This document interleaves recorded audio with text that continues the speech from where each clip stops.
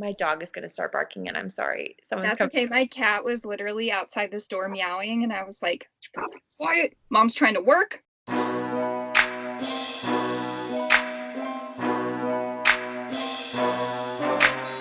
What's up, guys? Amanda Smith here with Ashley ShahAhmadi. Thank you so much for joining me today. This is so fun. Thank you for having me. This is awesome. We were just talking about how cool Skype is. So thanks for having me. No, shout out to you for downloading Skype. And I'm just like waiting for the day that they call me and want to sponsor me because I feel like so many people have downloaded Skype to do this. I'm like, let's get some dollar bills. You know what I'm saying? Just keep tagging them in it. Shoot, they really need to see this. So if Skype is watching, go ahead, sponsor Amanda.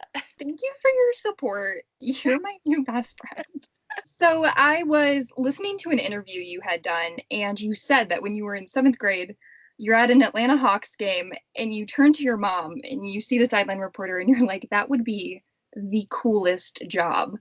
How have you turned that dream that at times I think can feel so distant into now a reality?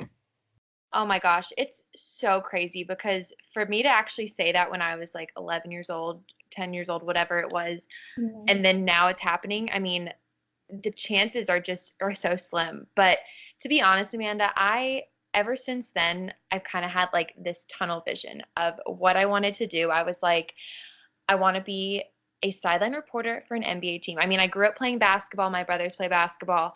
So honestly, I love sports in general, but basketball is just like has a special place in my heart. So I always had this tunnel vision of it. And I knew that, obviously I can't just graduate college and then be a sideline reporter. So I knew that there were steps to take. I knew it was going to be a grind. I knew what I had to do and I was willing to. And I was like, I'm going to make sacrifices. I'm going to take risks to get to this dream job. And I mean, that's exactly what I did. I graduated college, moved to Mississippi, spent 4 years there in local news, which I never thought I'd be able to call Mississippi a home for that long. And it was a wonderful start for my career. And then to be able to get to Fox Sports South, and I haven't even been there a year, and just to think about what's happened in the 10, 11 months since I came there is just unbelievable. But to answer your question, it just I think it was just like my like tunnel vision of this is what I really want to do. And I'm,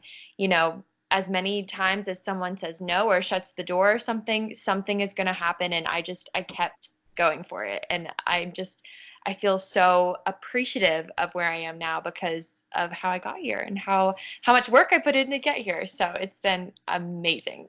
You mentioned your time that you spent in local news. Mhm. How do you think working in a smaller market prepared you for now network television? So ever since getting this sideline job, I've had a lot of young journalists, especially young females, ask me about that. Ask me, how I got here. And I may be biased because I know everyone has a different path, but I think starting in a small market and working your way up is 100%, 110% the way to do it because my first job was in Meridian, Mississippi, and I graduated college and got to anchor 5 nights a week doing sports. I had a sports anchor who was there for 30 years, and I learned so much. And I mean, whoever has been to Mississippi or knows about Mississippi, high school football, football in general, I mean, even basketball, it's everything to the people of Mississippi. And so I feel so honored that I got to tell these stories and share experiences like that for the years that I was there. And it just, Amanda, it's so humbling because I, from working these long days and, carrying a 50-pound camera up and down a sideline, for a college football game, which is 4 hours sometimes, it's like, then you're sweating and you're in the Mississippi heat and you go to like a small 8-man football school, somewhere in Mississippi and shoot practice. And, let's be real, the only people that probably really watched that were the moms and dads and grandparents of those high school kids that I interviewed. And, then you have to try and like look presentable for your own live shot that you do or your own stand up. And I would run back to the station on a Saturday and edit everything, write everything. I think my friends still didn't really know what I was doing in Mississippi because I think a lot of them thought that I just went on camera and had makeup on and read a prompter. And I was like, actually, I was just like wiping the sweat off of my whole body before I came on camera. So, You're like, no, I woke up like this. Everybody okay? oh Everything's my God. great. Seriously, I can't even begin to say how appreciative of the job that I have now that I am because I started in local news. Like that is just an experience that I feel like and the skills that you learn. I mean, to edit and shoot is something that I loved doing, and I think it's such an important skill in journalism. When you're versatile like that and you can do so many things, you just market yourself so much more. I mean, that is a big reason that I started as a digital reporter at Fox Sports South, which opened the door for the Hornets. But a big reason I got that Fox Sports South digital job was because I could shoot and edit. And they really were like, oh, well, we could send you somewhere with a camera and you could do, your own stuff. We wouldn't have to send a photog with you as well. So it was such a good move. And I just like, I'm so for going to local news and working your way up. And that was just I know obviously people have different paths, but I think that it's so important to get to where you are. Okay, so Skype can sponsor me, and then all the local news stations can sponsor you. Yes. Oh my gosh. I'll That send them this little clip. yes, that sounds like such a plan because I'm all for the local news station. I love it. And like I said, I love your story. And I think that kind of how you mentioned when you just work really hard and you work your way up to something, it just means more to you. It absolutely does. And people would tell me that all the time. You know, it was my first season, and obviously I was really excited and always really passionate about being there. And I would just have photographers and producers and everything just say like, oh my gosh, you just have such like a positive presence, like it's so nice to work with you. And I'm like, and they would tell me stories about people that they've worked with that maybe didn't seem as like appreciative. And I'm sure obviously everyone maybe has a bad day or something, but I just truly feel like it's because I just feel like I just feel so grateful that I'm there. And I'm never going to take it for granted because as great as I think going that local news route is, it is so hard. I mean, dealing with so many obstacles in local news and being a sports reporter in local news where you get maybe 2 minutes, and if something happens, sports is the first thing that's cut. So you literally could produce your entire show and then they cut it if something happens in weather or something happens in news. And so you just like you develop thick skin, you work with people and kind of just develop these skills of working with sometimes difficult people, working in difficult situations, and you learn so much. So I just think it's such a good route for people if they have the chance to do it. So I want to play a quick game with you Okay. because I was stuck in your Instagram. Not creepy, it's fine. And I saw that in high school, your superlative that you won was best smile. So I thought we could play a game of superlatives, a Hornets edition. I love that. Oh my gosh. Okay. Am I answering this about players? Yes, or Okay. coaches, or like you want to throw in the mascot. It's all you, Perfect. girl. Who's gonna get the class clown award? Um, okay. This is so good because there's so many names that are coming to mind. But if I had to pick, I would have to say class clown, class clown. Frank Kaminsky is such a character.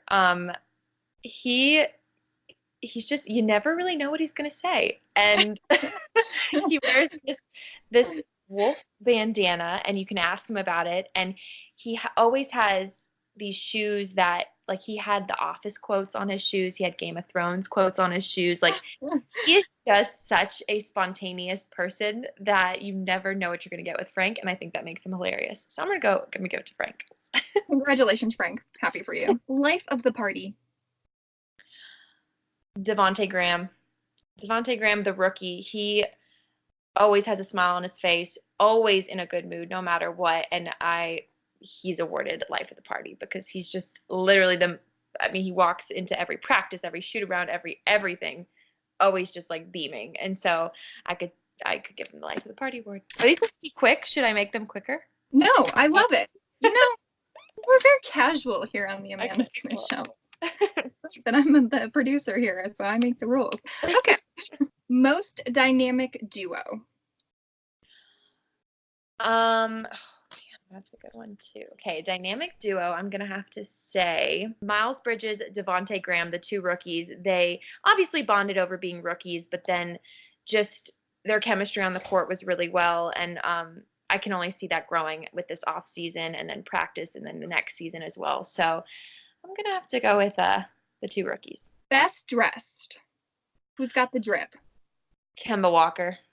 Kemba Walker has the drip game. There's a local news, I think he's a weatherman for a local news station in Charlotte who does this thing where he likes to mimic Kemba's outfits, and it's hilarious. I mean, if you ever look him up on like Fox 46 or something, and Kemba just he's always has some, drip in his Yeah. diamond necklaces and always has like flashy watches, and and his shoes are always on point. So Kemba Walker gets that award. He's got all the ice, okay? Frost yourselves. Most likely to dance in a Beyonce music video. It could be you. Good one. Oh my God, I would love to say myself. But let's see. I feel like this is a big honor, honestly. I know, and I really want to give it to Cody Zeller because I feel like he would laugh if I told him that I gave him that award, but he would totally do it. So, and he would with, even if it wasn't exactly the moves that Beyonce's dancers were doing, he would try his best and it would be great. So I'm going to give that one to Cody. So we have some awesome fan questions for you. So I want to get to as many as we can. Oh my gosh, that's awesome. Oh, heck yeah, lady, you're popular. That is really cool. So Brandon C. Smith 5 says, when you feel like you've maybe plateaued, what's been a key factor for you in never giving up? Oh my gosh. Brandon, that's his name? Yes. I literally know exactly how he feels because in Mississippi, after about the third year, I was in Jackson and there's nowhere up to go from where I was in Mississippi. I felt like the plateau level was reached and I was like, all right, I just have to like push through this last year and then go from there. And that's what you have to do. You just have to keep pushing through because everybody does that in their life, in their career, in a lot of aspects of their life. They just kind of feel like they plateau sometimes. And that's when you have to challenge yourself even more, put yourself out there even more. Apply to as many jobs as you can once that time comes. I know a lot of contracts are in the way and everything like that, but you've got to keep pushing because that is a part of this business, a part of life. And I just feel like if you don't, you're not going to get to where you want to go. You're not going to be able to achieve your dreams. So just don't let it get you down, even as frustrated as those days can be, and they will come. You just have to keep pushing. There's this quote that I love that says there's going to be days when you're not always motivated because we're all human.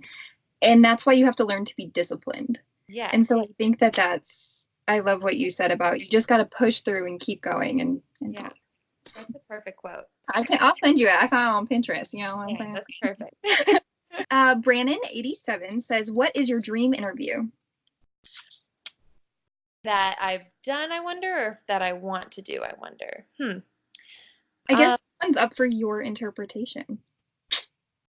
Dream interview. Well, this could kind of go along with it because I usually try not to get like starstruck about, people, or just because you always try to act like you've been there and act like you belong there and all that stuff. But someone who I did get starstruck over who interviewing was Michael Jordan.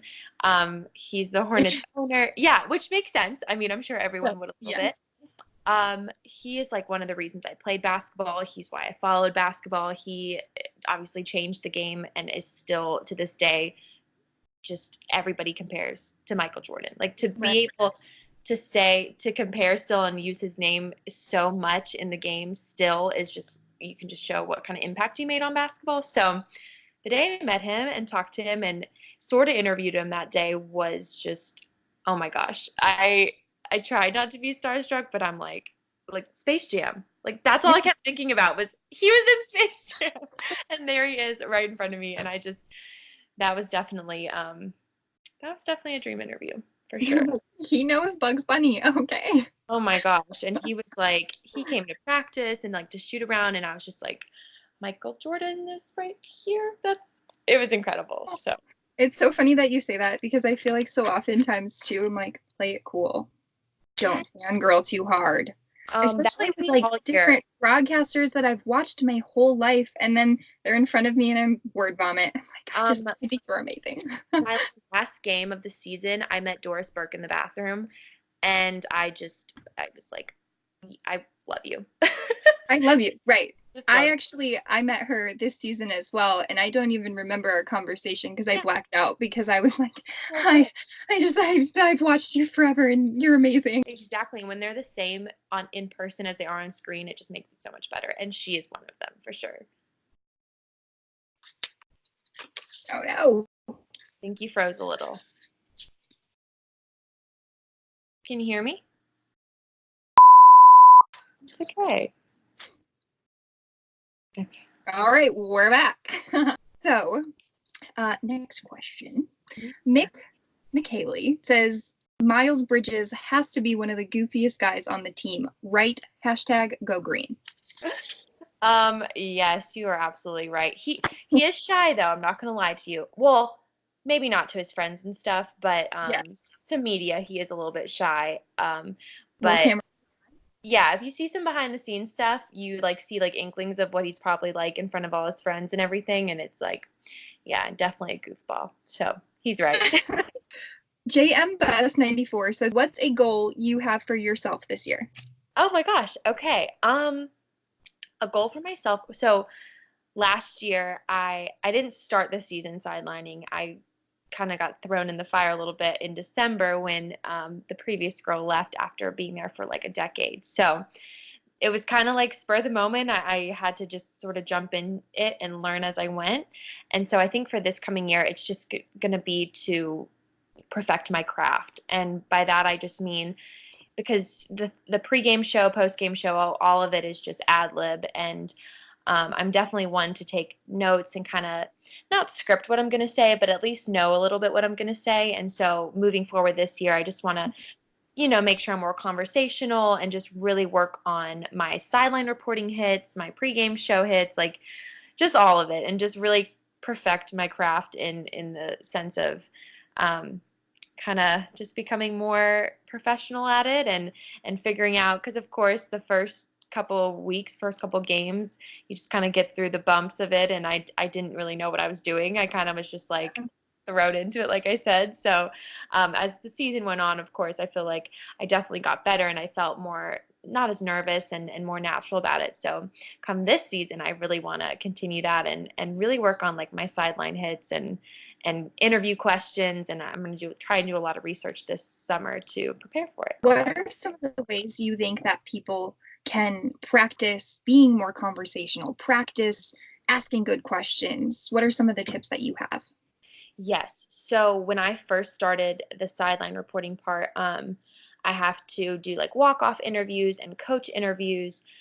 And I remember my producer after a couple games was like, okay, we really need to work on your coach questions because those you get three, like I have three questions I have to ask him, and I can't be stumbling on my words. I have to be really direct. Um, so honestly, just try practicing in front of anyone you possibly can. I mean, even grab like a family member or something, and just the biggest thing is like knowing them in your head, but also being engaged to what their answers are. Because if they happen to say an answer that maybe you could throw a second question on, you could do that as opposed to just saying your three questions. But I just would always, even saying it in the mirror to yourself or recording yourself on a phone would even work. Or if you are in college or have the ability at an internship, just always try to put yourself in situations like that where you can interview anyone. Because even if it's not in sports, but you just get the chance to practice interviewing people, that will always help, and that'll help kind of relieve the nerves a little bit as well. So that's something that I worked on as soon as I started the sidelining part. And by the end of it, I think it was pretty good, but there's always room for improvement, of course. Oh, totally. That's just like the life motto. Oh, There's always room to move and keep always growing. room to get better. Absolutely. Yes. Okay, so final question is from Cole Mards 17, and she says, "What is the best part of your job?" Oh my God, that's such a great question. I wish I could say everything.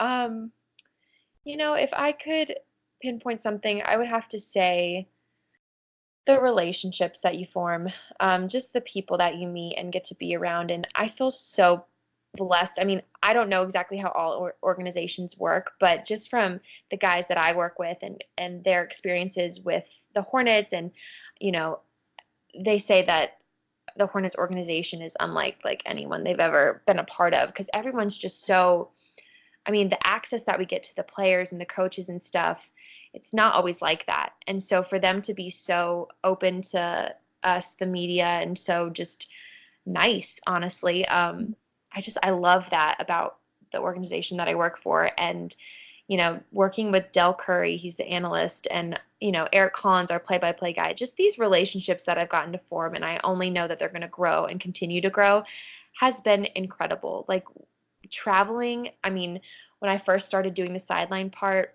I had to basically pack up my bags for 5 months and just go on the road and, come back and forth to Charlotte. And so they were able to just teach me so much and just tell me so much and make sure that I was always prepared and ready. And it's just such a wonderful, wonderful environment to be in. And so I just love, I love all the relationships. It's so great to be around people that also inspire you. And I really feel like I am. Thank you so much for taking time out of your busy day to talk with me. I really appreciate it. And shout out to you once again for downloading Skype. You real. Yes. And like, can I ask you a question?